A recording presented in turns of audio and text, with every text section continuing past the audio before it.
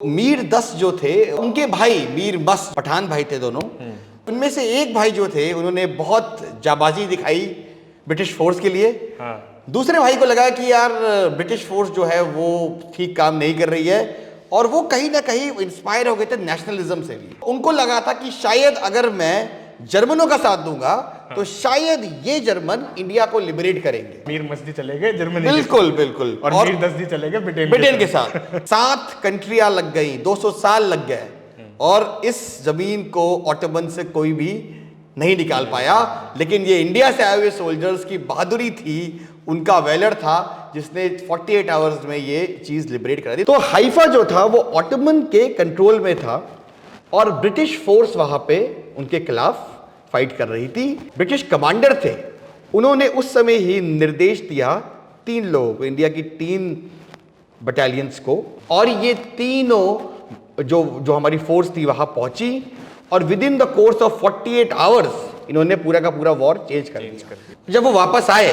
तो कई सारे एरियाज जैसे हरियाणा में पूरी सोसाइटी चेंज हो गई। तो पहली बात तो उन्होंने लैंग्वेज इंप्रूव करना शुरू किया, क्योंकि ये लोग अपने सीनियर्स को वहां पे जब आर्मी में थे तो अपने बॉसेस को आप बोलते थे। तो तू तुस्सी तन्ने की जगह इन्होंने आप बोलना शुरू किया, तो थोड़ी लैंग्वेज में चेंज हुआ, जी बोलना शुरू किया।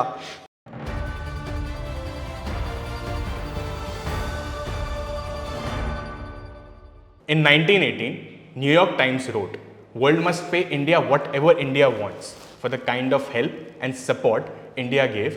It wouldn't have been possible to win that war." We are talking about World War I, where 74,000 Indian soldiers lost their life and more than 70,000 Indian soldiers became disabled for life. Once, a high-ranking British official said, had Indian army not been there, we would not have won World War I and World War II so decisively. Hello and welcome to another episode of The Overlooked.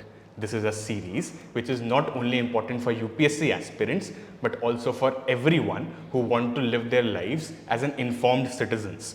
Jin themes, जिन मुद्दों की हम इस series में बात करते हैं, ये सिर्फ एग्जाम पॉइंट ऑफ व्यू से ही इम्पॉर्टेंट नहीं है, लेकिन आवाम के पॉइंट ऑफ व्यू से भी बहुत इम्पॉर्टेंट है. Again, it's our pleasure to have with us our very own Sajal sir. Sajal sir is the founder and academic director at Civils Daily. Last time also Sajal sir हमारे साथ थे और उन्होंने बताया कि why India remained democratic even after 75 years of independence, but other third world countries could not. और बहुत बढ़िया रिस्पॉन्स उस पर आया था. आज भी सजल सर हमारे साथ हैं और सजल सर हमें बताएंगे the untold stories of Indian soldiers who went to fight in World War I. So thank you so much, sir, for taking out your time and joining me at Civils Daily. Thanks for inviting me again, and it's always a pleasure to be part of this wonderful series. तो आज हम किस बारे में बात करने वाले हैं? सर, आज हम इस बारे में बात करने वाले हैं कि जो हमारे जो जवान थे, हमारे जो सैनिक थे, जो वर्ल्ड वॉर I में गए थे लड़ने, वो कैसे लोग थे. गांव से, देहात से उठ के उनको सीधा भेज दिया गया विदेशों में लड़ने. तो उनके कुछ अनसुने किस्से, उनकी ऐसी कहानियाँ जो एक हमें नॉर्मल बुक्स में, मैगजीन्स में नहीं मिलती हैं. तो आज हम उसी के बारे में बात करेंगे सर. तो मेरा पहला सवाल ही यही है आपसे कि पहला वर्ल्ड वॉर और Bharat, why did India and Indian soldiers fought the war which was technically not their war? वो उनकी वॉर थी ही नहीं. उनको क्या मोटिवेशन था ऐसा कि वो चले गए उस वॉर को लड़ने? तो सबसे पहले तो हम बात करते हैं इंडियन स्टेट की, इंडियन लोगों की, इंडियन गवर्नमेंट की. तो देखिए, एज यू नो दैट 47 से पहले तक जो इंडियन गवर्नमेंट थी इंडिया में, वो कहीं ना कहीं अधीन थी ब्रिटिश गवर्नमेंट के लंदन में. तो जब वर्ल्ड वॉर I में ब्रिटेन इन्वॉल्व हुआ वॉर में, तो उसका एक नेचुरल कॉन्सिक्वेंस था कि जो इंडियन गवर्नमेंट थी वो भी उस वॉर में इनडायरेक्टली पार्टिसिपेट कर गई, क्योंकि हम लोग we were under the rule of the British empire. Secondly, जो हमारे इंडियन लीडर्स थे, नेशनलिस्ट थे, आपको शायद ये बात याद होगी कि 1914 का जो ये दौर था, ये प्री गांधीयन एरा था. गांधी जी जो है 1915 में इंडिया है, राइट. और ये एरा जो था 1907 में हमें याद है सूरत स्प्लिट हुआ. तो उसके बाद जो है कहीं ना कहीं मॉडरेट्स के हाथ में बागडोर थी इंडियन नेशनल मूवमेंट की. अब उन मॉडरेट्स को ये लगा कि अगर हम वॉर में सपोर्ट करेंगे ब्रिटिश गवर्नमेंट का, इंडियन गवर्नमेंट का, तो तो वॉर के बाद हमें कुछ अच्छे कॉन्स्टिट्यूशनल रिफॉर्म्स मिलेंगे। जैसे जो कुछ एक्सपेक्टेशंस थी वो ये थी कि हमको डोमिनियन स्टेटस मिल जाएगा। इसका मतलब ये होगा कि इंडिया में अपनी गवर्नमेंट होगी, सेल्फ रूल होगा, सिर्फ नॉमिनल रूल रहेगा आपका क्राउन का। तो ये तो बात हुई आपकी इंडियन लेवल पे, जो गवर्नमेंट लेवल पे लोग क्यों इन्वॉल्व हुए। अब इंटरेस्टिंग बात है सोल्जर्स क्यों इन्वॉल्व हुए। देखिए, सोल्जर्स के लिए बहुत कंस्ट्रेंट्स थे इस वॉर में ज्वाइन करने से पहले। क्यों? क्योंकि अगर आप बात करें हिंदुओं की, तो जो ऑर्थोडॉक्स हिंदूज थे वो ये मानते थे कि अगर उन्होंने समुद्र की यात्रा कर ली तो वो उनकी कास्ट चली जाएगी। अब इस वॉर में, वर्ल्ड वॉर 1 में वॉर किसके खिलाफ था? एक तो थे जर्मनी, एक थे आपके ऑस्ट्रिया हंगरी, और तीसरे Ottoman Turks. Right. Ottoman Turks जो हमारे इंडियन मुस्लिम्स थे उनके लिए काफी ज्यादा उनके लिए रिस्पेक्ट थी, क्योंकि जो कैलिफ थे, तो मुस्लिम वर्ल्ड के हेड थे, वो टेक्निकली वो उसके खिलाफ लड़ने जा रहे। That is a very from religious point of view it was a very difficult decision for them. और कई सारे मौलवियों ने फतवा भी दिया कि भाई जो लोग इस जंग में जाएंगे और ऑटोमन के खिलाफ लड़ेंगे, we will declare them un Islamic और नॉन मुस्लिम। तो बड़ा कंस्ट्रेंट था उनके ऊपर वॉर में जाने के लिए, लेकिन उसके बाद भी वो गए। क्यों गए? क्योंकि कहीं ना कहीं देखिए, एज वी ऑल नो कि उस समय और 150 सालों में अंग्रेजों ने इंडियन इकोनॉमी जो थी कहीं ना कहीं बर्बाद कर दी थी। जॉब की अपॉर्चुनिटीज नहीं थी। फौज एक अच्छा ऑप्शन था पैसे कमाने के लिए। 11 रुपए थी उस समय का, बहुत ज्यादा नहीं थी, लेकिन जो इंडिया की एवरेज इनकम थी उससे ज्यादा थी। दूसरी बात, जब ये वॉर में जाएंगे तो इनको डीए मिलता था रोज का। तो कहीं ना कहीं एक मॉनेटरी बेनिफिट भी था, जो उनको लगा कि भाई अगर हम वॉर में जाएंगे तो हमको पैसा ज्यादा मिलेगा। दूसरी चीज, कहीं ना कहीं जो उनकी ट्रेनिंग हुई थी, प्रोफेशनल ट्रेनिंग हुई थी, वो इस टाइप से हुई थी कि उनको ये बोला गया था कि आप जो है, आपकी सबसे पहली लॉयल्टी जो है वो आपके सीनियर ऑफिसर के लिए है, रेजिमेंट के लिए है और किंग जॉर्ज के लिए है। ठीक है ना? तो कहीं ना कहीं वो इस चीज से उनको लगता था कि दे हैव बीन ट्रेन्ड कि अब हमारी जो फौज है, हमारी जो रेजिमेंट है, हमारे जो किंग जॉर्ज 5 है, वो मुश्किलों में है और आपको उनके लिए कुछ करना है। तीसरी और बहुत इंपॉर्टेंट चीज, ये फौज को दूर रखा जाता था सिविलाइजेशन से। उनको बैरक्स में, कैंट एरिया में रखा जाता था, जहां उनके पास न्यूज़पेपर नहीं होता था, टीवी नहीं होता था, कोई सोर्स ऑफ इंफॉर्मेशन नहीं होती थी। तो नेशनलिस्ट मूवमेंट से, नेशनलिस्ट फ्लेवर से वो कहीं ना कहीं दूर थे। इसीलिए जब भी इंडिया में कोई मूवमेंट होता था बहुत ज्यादा, तो आर्मी बुलाती थी, क्योंकि आर्मी जो थी वो लोगों से दूर रहते थे। तो कहीं ना कहीं ये 3-4 मेन वजह थी कि इंडियन आर्मी और इंडियन गवर्नमेंट इन्वॉल्व हुई इस पूरे वॉर में। सर, ऐसे वर्ल्ड वॉर 1 में कोई इतनी इंपॉर्टेंट बैटल्स हुई जहाँ पे Indians played a very decisive role. क्या हमारे इंडियन सोल्जर्स के कुछ ऐसे स्पेसिफिक अचीवमेंट्स थे? तो मेरी याद में 3 इंपॉर्टेंट बैटल्स हैं जो कहीं ना कहीं जिसके बारे में और जिस चीज़ में इंडियंस के और इंडियन सोल्जर्स के वैलर को, उनकी बहादुरी को काफ़ी ज़्यादा रिकग्नाइज किया, सिर्फ हमने नहीं, यूरोपियंस ने भी। सबसे पहले और सबसे इंपॉर्टेंट है बैटल ऑफ हाइफा। हाइफा एक शहर है आज के मॉडर्न डे इजराइल में। उस टाइम पे इजराइल नहीं था, उस टाइम पे पैलेस्टीन था। तो हाइफा जो था वो ऑटोमन के कंट्रोल में था और ब्रिटिश फोर्स वहां पे उनके खिलाफ फाइट कर रही थी, और कहीं ना कहीं ब्रिटिश फोर्स हारने वाली थी, खत्म हो गई थी। जो ब्रिटिश कमांडर थे उन्होंने उस समय ही निर्देश दिया 3 लोगों को, इंडिया की 3 बटालियंस को, जोधपुर, मैसूर और हैदराबाद। और ये तीनों जो हमारी फोर्स थी वहां पहुंची, और with in the course of 48 hours इन्होंने पूरा का पूरा वॉर चेंज कर दिया। अच्छा, एक और चीज थी कि जो बहाई धर्म है, बहाई धर्म अगर लोगों को नहीं पता होगा तो लोटस टेम्पल जो दिल्ली में है वो एक बहाई टेम्पल है, और बहाई धर्म जो है वो ईरान में पैदा हुआ था। तो जो बहाई धर्म के प्रॉफिट थे, उनके बेटे को ऑटोमन्स ने ये ऐलान कर दिया था कि हम इनको अगले 2 दिन में क्रूसीफाई करेंगे। जैसे जीसस को क्रूसीफाई किया था, इनको हम क्रूसीफाई करेंगे। और कहीं ना कहीं इंडियन सोल्जर्स ने सबसे पहले उनको लिबरेट कराया। जब इंडिया जब ऑटोमन के कब्जे से हाइफा निकल गया, तो उनके बेटे ने एक बहुत अच्छी बात कही कि 7 कंट्रियां लग गई, 200 साल लग गए और इस जमीन को ऑटोमन से कोई भी नहीं निकाल पाया। लेकिन ये इंडिया से आए हुए सोल्जर्स की बहादुरी थी, उनका वेलर था, जिसने 48 आवर्स में ये चीज लिबरेट करा दी। तो कहीं ना कहीं इंडिया और इंडियन सोल्जर्स को काफी ज्यादा वहां से अप्रिशिएशन मिला।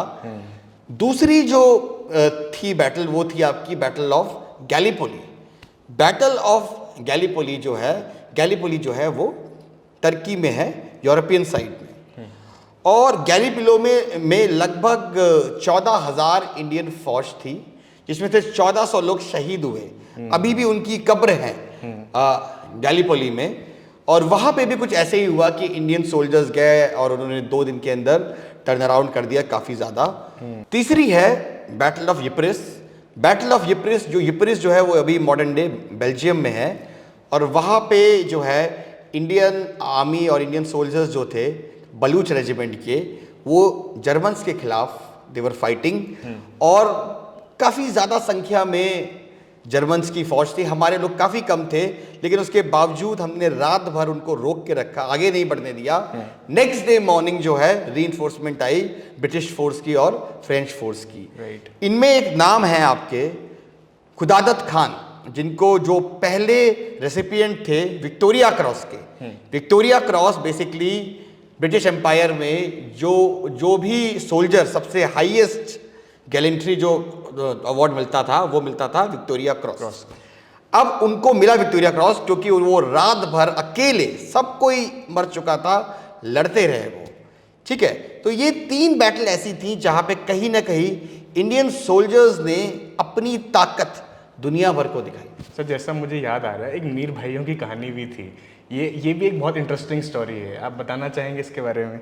तो मीर 10 जो थे उनको भी विक्टोरिया क्रॉस मिला था। हाँ। और उनके भाई मीर मस जो थे, ये दोनों भाई जो थे आज के modern day north west frontier province जो कि अब पाकिस्तान में है, वहां से थे, पठान भाई थे दोनों। और उनमें से एक भाई जो थे उन्होंने बहुत जाबाजी दिखाई ब्रिटिश फोर्स के लिए। हाँ। दूसरे भाई को लगा कि यार ब्रिटिश फोर्स जो है वो ठीक काम नहीं कर रही है, और वो कहीं ना कहीं इंस्पायर हो गए थे नेशनलिज्म से भी। हाँ। तो उनको लगा था कि शायद अगर मैं जर्मनों का साथ दूंगा तो शायद ये जर्मन इंडिया को लिबरेट करेंगे। तो वो जो है बिट्रे करके फौज को घुस गए जर्मनी के साथ। मीर मस्दी चले गए जर्मनी बिल्कुल बिल्कुल, और मीर दस्दी चले गए ब्रिटेन के साथ। और अच्छी बात यह है कि दोनों को हाईएस्ट ब्रेवरी अवार्ड मिला, लेकिन दोनों अलग फौजों के लिए। दोनों अलग फौजों। मीर मस्क को मिला आयरन क्रॉस। आयरन क्रॉस जो था जर्मनी का हाईएस्ट गैलेंट्री अवार्ड था। और मीर 10 को मिला विक्टोरिया क्रॉस, जो कि ब्रिटिश फोर्स का हाईएस्ट गैलेंट्री अवार्ड था। तो ये देखिए, यही सब होता है फौज में और वॉर में भी ये सब होता है कि 2 भाई जो थे वो 2 अलग फोर्सेस के लिए लड़ रहे थे। जिन अनसुनी कहानियों की मैं बात कर रहा था शुरू में, ये ऐसी ही कहानियां हैं जो आपको दी ओवरलुक ऐसे अभी और भी बहुत कहानियां आएंगी, अभी आपकी तो जस्ट स्टार्ट ही किया है हमने। सर एक सवाल आता है कि इंडियन सोल्जर्स ने वहाँ पे क्या फेस किया जब वो वहाँ गए, क्योंकि जैसे गांव देहात से उठ के चलेगा, सीधा भेज दिया आपने यूरोपियन कंट्रीज, कभी कुछ देखा नहीं। तो कुछ अनसुने किस्से वहाँ पे क्या थे, उनमें उनके फूड के टर्म्स में, उनके क्लोथ्स के टर्म्स में, उनके कल्चर के टर्म्स में, ऐसे कुछ अनसुने किस्से, क्या चेंज आया उनमें?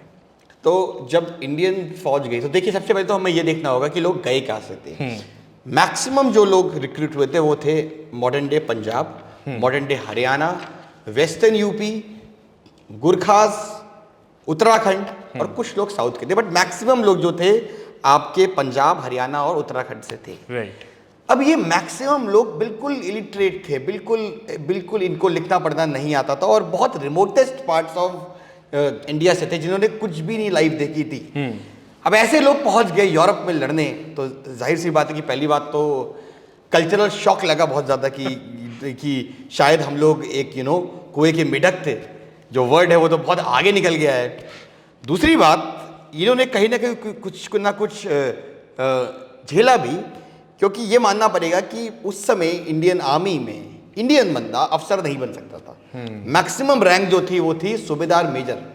तो इन्होंने रेसिज्म भी देखा, इन्होंने देखा कि शायद जो कंडीशंस हैं फॉर द ब्रिटिश सोल्जर्स वो ज़्यादा अच्छी हैं हमसे। इन्होंने पहली बार ट्रेंच वॉरफेयर देखा, जिसमें गड्ढे खोद के वो लोग जो है फौज से लड़ते थे। इन्होंने पहली बार गैस का सामना किया, राइट। जर्मन्स ने इन पे गैस छोड़ी, करेक्ट। तो वो भी एक एक्सपीरियंस था और इन्होंने अपने मेमोर्स में भी लिखा है कि उस समय क्या हालात थे। और दूसरी बात, इनको लगता ये था कि जो गोरे लोग हैं वो सारे के सारे इनके साथ इल ट्रीट करते हैं, ऐसा इनका परसेप्शन था, क्योंकि ये इंडिया में रहे थे। ब्रिटिश ऐसे ही और करते इंडिया में इन्होंने सिर्फ देखा था एक लोगों को, वो थे ब्रिटिशर्स। लेकिन इनकी बहादुरी की वजह से, इनके अच्छे कंडक्ट की वजह से, इनकी साफ जोही की वजह से फ्रेंच के लोग, फ्रांस के लोग, बेल्जियम के लोग, डच लोग इनको बहुत पसंद करते थे और इनके साथ इक्वली ट्रीट करते थे बिल्कुल। तो इनको कहीं ना कहीं ये लगा कि सारे यूरोपियंस ऐसे नहीं होते हैं, और इनके जो काइंड ऑफ जो इनको इक्वालिटी की एक भावना मिली वहां पे, वो कहीं ना कहीं इनको काफी ज्यादा एक अच्छा लगा। और बहुत लोगों ने अपने उसमें जो उनके लेटर्स थे, पत्र थे, उसमें लिखा भी है ये चीज।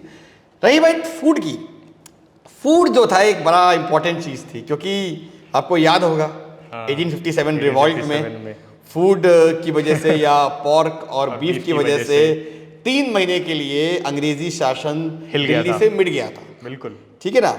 तो अंग्रेजों को ये चीज़ याद थी और उनको ये चीज़ बिल्कुल अच्छे से, वो इस बार कोई भी रिस्क लेना ही चाहते थे क्योंकि वो उन्हें पता था कि अगर हमने कुछ ऐसा किया जिससे इनकी धार्मिक भावनाएं हर्ट हो गई, तो ये वहीं पे फिर से रिवॉल्ट करेंगे, वहीं से म्यूटिनी करेंगे, और हम किनसे लड़ेंगे?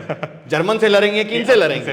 राइट। तो इन्होंने इंश्योर किया कि किचन्स जो थे वो 9 टाइप के किचन्स थे, 9 टाइप के किचन्स बनाए वहां पे।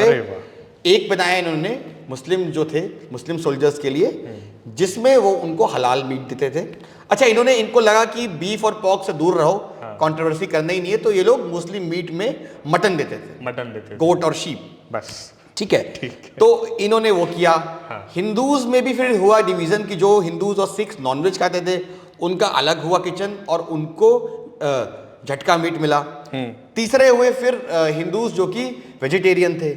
अब विद इन हिंदूज में भी 9 टाइप के थे किचन, 8 टाइप के किचन थे बेस्ड ऑन डिफरेंट कास्ट। तो वो उस समय मालूम ही है आपको, कास्टिज्म रियलिटी थी। बिल्कुल। तो अल्टीमेटली 9 टाइप के थे। अब खाने के बारे में एक और चीज है, ये चीज कई सारे अंग्रेजों ने भी लिखी है, कि इंडियंस, और ये बहुत अच्छी बात है कि इंडियन सोल्जर्स को फ्रेश मीट मिलता था वहां पे, और जो अंग्रेज सोल्जर्स थे उनको फ्रोजन मीट मिलता। तो कभी कभी वहां के सोल्जर्स आ भी जाते थे खाने के, भाई तुमको तो मिल रहा है अच्छा खाना, हमको तो फ्रोजन बीफ मिल रही है खाली। तो ये चीज एक बहुत और ये भी शो करता है कि कहीं ना कहीं ब्रिटिशर्स कितने रिलाई करते थे इंडियन सोल्जर्स पे, कि वो उनको बिल्कुल भी तकलीफ देना नहीं चाहते थे, कि ये हल्की सी भी इनकी भावनाएं हर्ट ना हो। ठीक है। और हमारे गोरखा भाई जो थे वहाँ पे, उनकी तो मौज है क्योंकि वो तो सब खा लेते हैं। हाँ, बिल्कुल बिल्कुल। तो उन लोगों की तो कोई दिक्कत हुई नहीं होगी। इनफैक्ट इवन जो उस समय एक कमांड ब्रिगेड के हेड थे, उन्होंने ये लिखा भी था कि हमको चाहिए सिर्फ गुरखा टाइप के soldiers, because they were people with zero tantrums.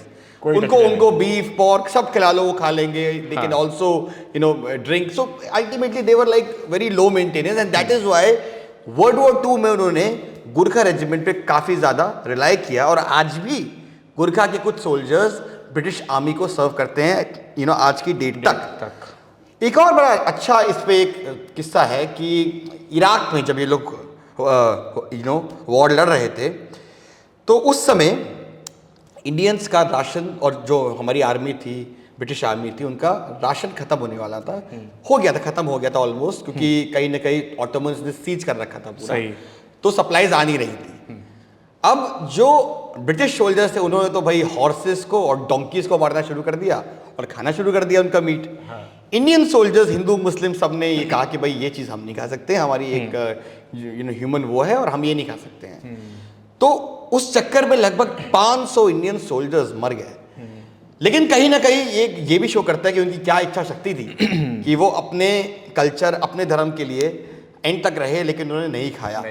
तो ये एक अच्छा थी सर, जब हम कल्चर की बात करते हैं तो एक दरबान सिंह नेगी जी की कहानी बहुत पॉपुलर है, उनके बारे में कुछ आप बताएंगे?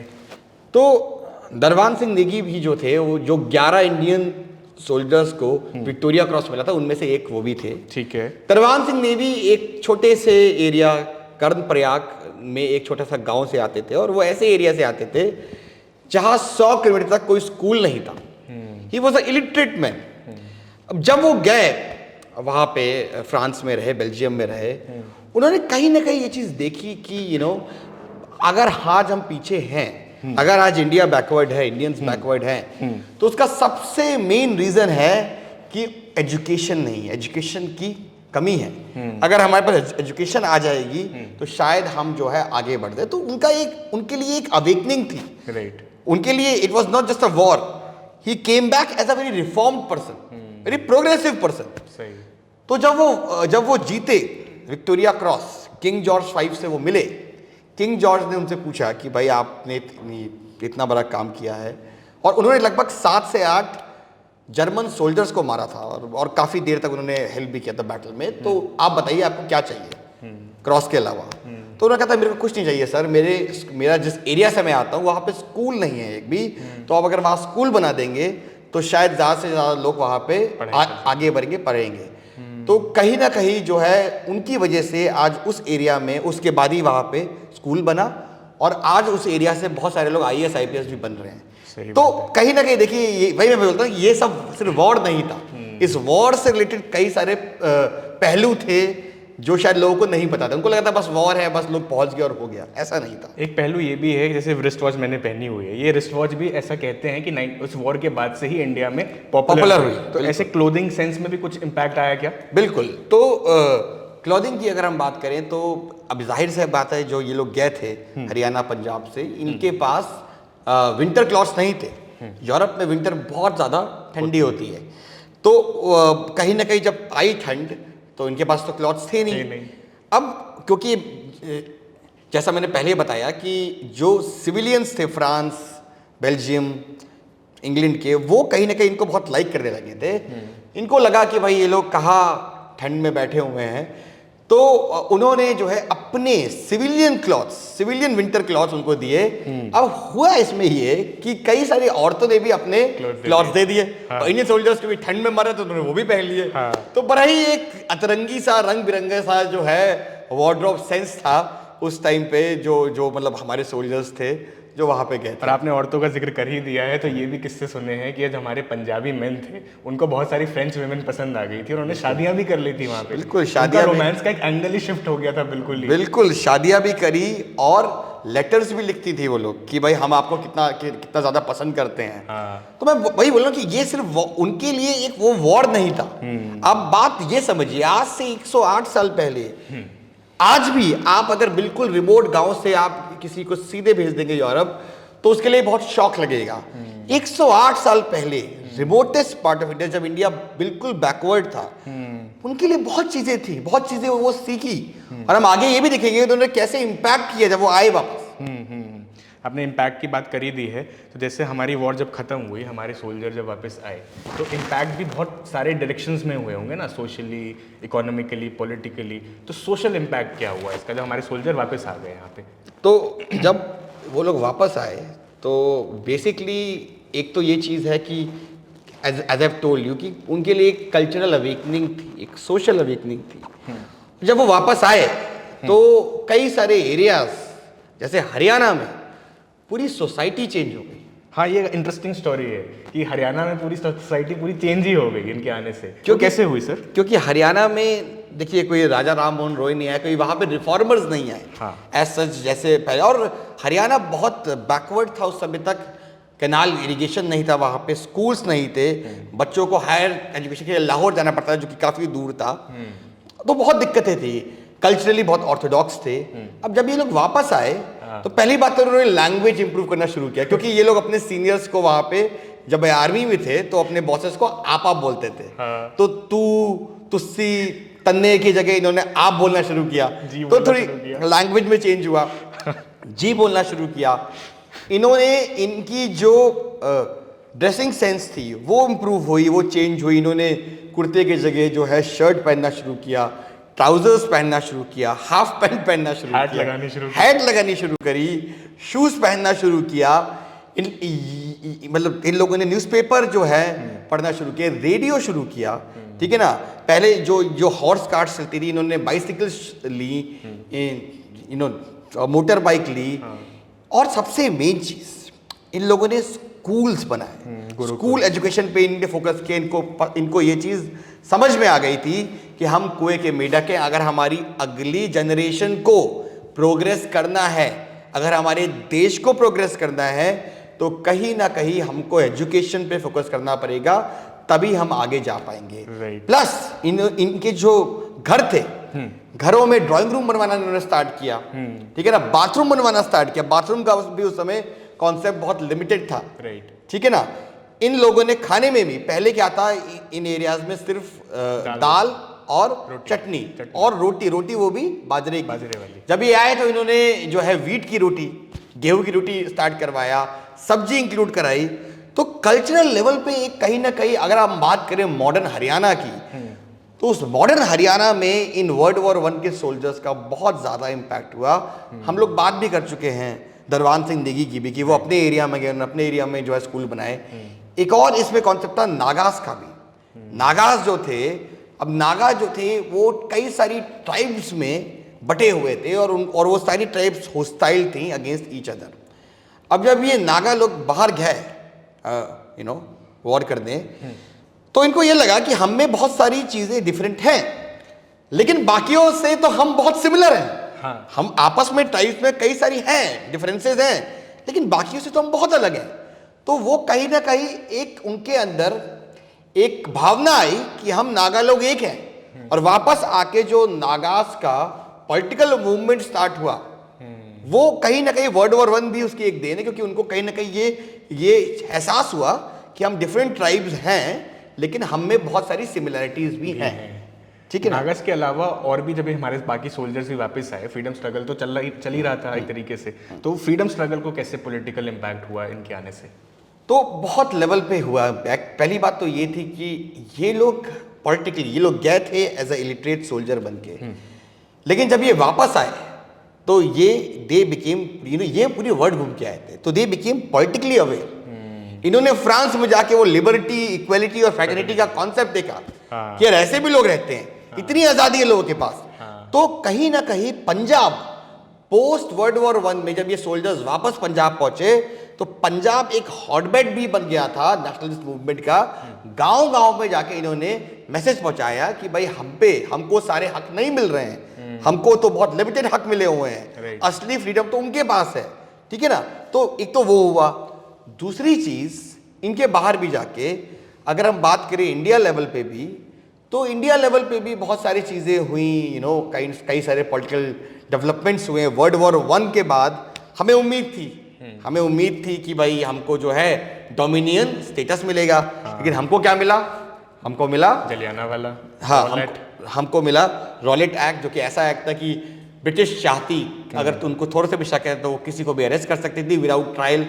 हमको जलियांवाला बाग मिला, और उस जलियांवाला बाग का जो बंदा था डायर, उसको अंग्रेज में और इंग्लैंड में सम्मानित किया गया। इंडियन नेशनलिस्ट के लिए कितनी बड़ी शेम की बात थी कि हमने आपको 4 साल दिए, हमारी फौज आपके लिए लड़ी, 74,000 Indian soldiers died for you, 893 crore रुपए we paid to you, in return आप हमको ये दे रहे हो। तो कहीं ना कहीं वर्ल्ड वॉर 1 के बाद जो अंग्रेजों की नीतियां थी, उसने इंडियन नेशनल मूवमेंट को बहुत स्ट्रांग बनाया, क्योंकि तब इंडियन नेशनलिस्ट को ये समझ में आ गया। क्योंकि देखिए उसके बाद मॉडरेट्स कहीं ना कहीं पिक्चर से गायब होते गए, क्योंकि उनका जो क्रेडिबिलिटी थी वो कहीं ना कहीं खत्म हो गई, क्योंकि उनका ही मेन प्लान था कि भाई हम अंग्रेजों पे भरोसा करते हैं और उसके बाद जो है वापसी में हमको मिल जाएगा। तो कहीं ना कहीं गांधी का एक राइज जो हुआ, वो उसके पीछे भी कुछ हद तक वर्ल्ड वॉर 1 ही जिम्मेदार था। और इकोनॉमिकली क्या इम्पैक्ट हुआ इसका? इकोनॉमिकली की बात करें तो देखिए, पहली बात तो ये था कि जो हमारी इंडस्ट्रीज थी, अब वो जो हमारी इंडियन इंडस्ट्रीज थी, उनके लिए बड़ा मुश्किल था जी compete करना, चाहे कॉटन इंडस्ट्री हो, चाहे स्टील इंडस्ट्री हो, ब्रिटिश इंडस्ट्री के साथ। लेकिन वॉर की वजह से ब्रिटिश इंडस्ट्रीज की सप्लाई इंडिया में रुक गई, और इसका फायदा उठाया इंडियन इंडस्ट्रीज ने। तो जो फर्स्ट राउंड ऑफ मॉडर्नाइजेशन हुआ था इंडियन इंडस्ट्रीज का, कॉटन, स्टील, सीमेंट, ठीक है ना। वो कहीं ना कहीं वर्ल्ड वॉर 1 में ही हुआ था, क्योंकि वर्ल्ड वॉर 1 में उनको मार्केट मिल गई थी पूरी इंडिया की, thanks to lack of competition. लेकिन कहीं ना कहीं थोड़ा बहुत हर्ट भी हुए थे, क्योंकि कई सारे रॉ मटेरियल वो जो है इंपोर्ट करते थे जर्मनी से, ऑस्ट्रियो हंगरी से, वो इंपोर्ट रुक गया था। और कहीं ना कहीं जो हमारी जूट थी, जूट की भी जो है काफ़ी ज़्यादा डिमांड बनी थी फॉर मिलिट्री पर्पसेस। तो इकोनॉमिक वाइज जो है कहीं ना कहीं एक मिक्स्ड इम्पैक्ट था। लेकिन हाँ, काफ़ी ज़्यादा जो है इससे जो है उथल पुथल हुआ था।